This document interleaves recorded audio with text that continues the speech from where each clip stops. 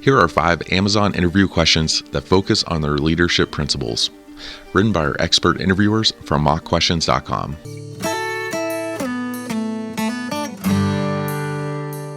Question number 1.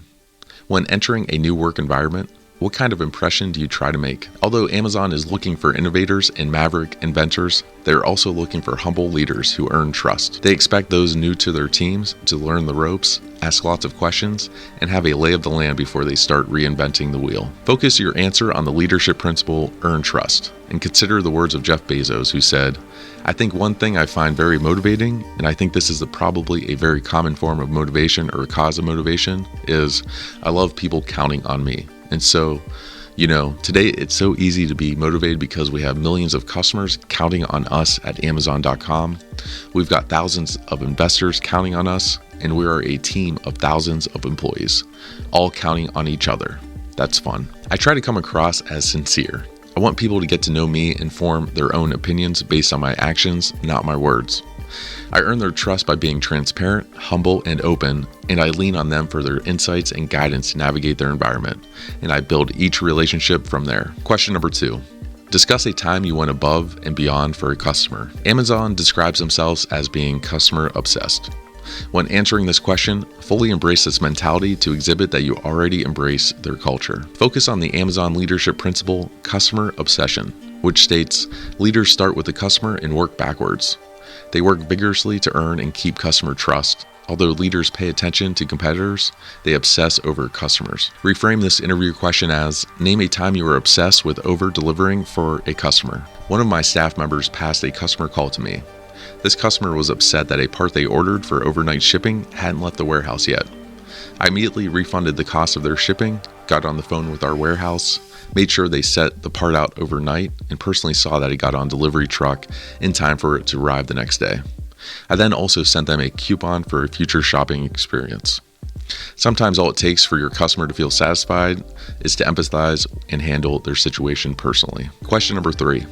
Tell me about the most successful project you worked on and why it was significant. When describing your most successful project, highlight what you accomplished concerning the project and the milestones of your career development.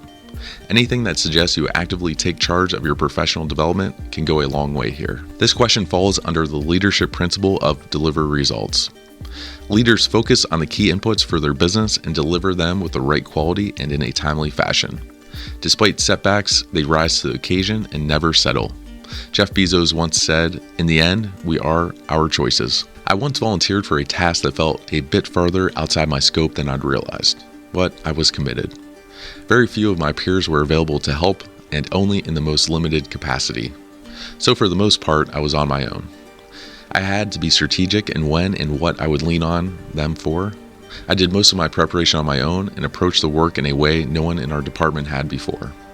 When I asked my peers to review my work, they had some minor course corrections, but mostly I learned how to rely on other members of my teams in new ways to maximize their cooperation. That's made the experience such a resounding success. Question number 4. Tell me about the last time things didn't go according to plan. Your interviewer wants to determine how adaptable you are to change. In your answer, demonstrate your professionalism and resourcefulness. Jeff Bezos once said, "If you're good at course correcting, being wrong may be less costly than you think. Whereas being slow is going to be expensive for sure." This advice applies here. When considering how you'd respond to this question, consider again incorporating the leadership principle, bias for action, into your answer. 2 months ago, I was getting ready to spearhead a project when 3 members of my team called out sick. Luckily, I planned extra time, as I always do, for contingencies such as this. When everything goes according to plan, I over-deliver. When things don't go according to plan, I meet my deadline at the bare minimum. Question number 5.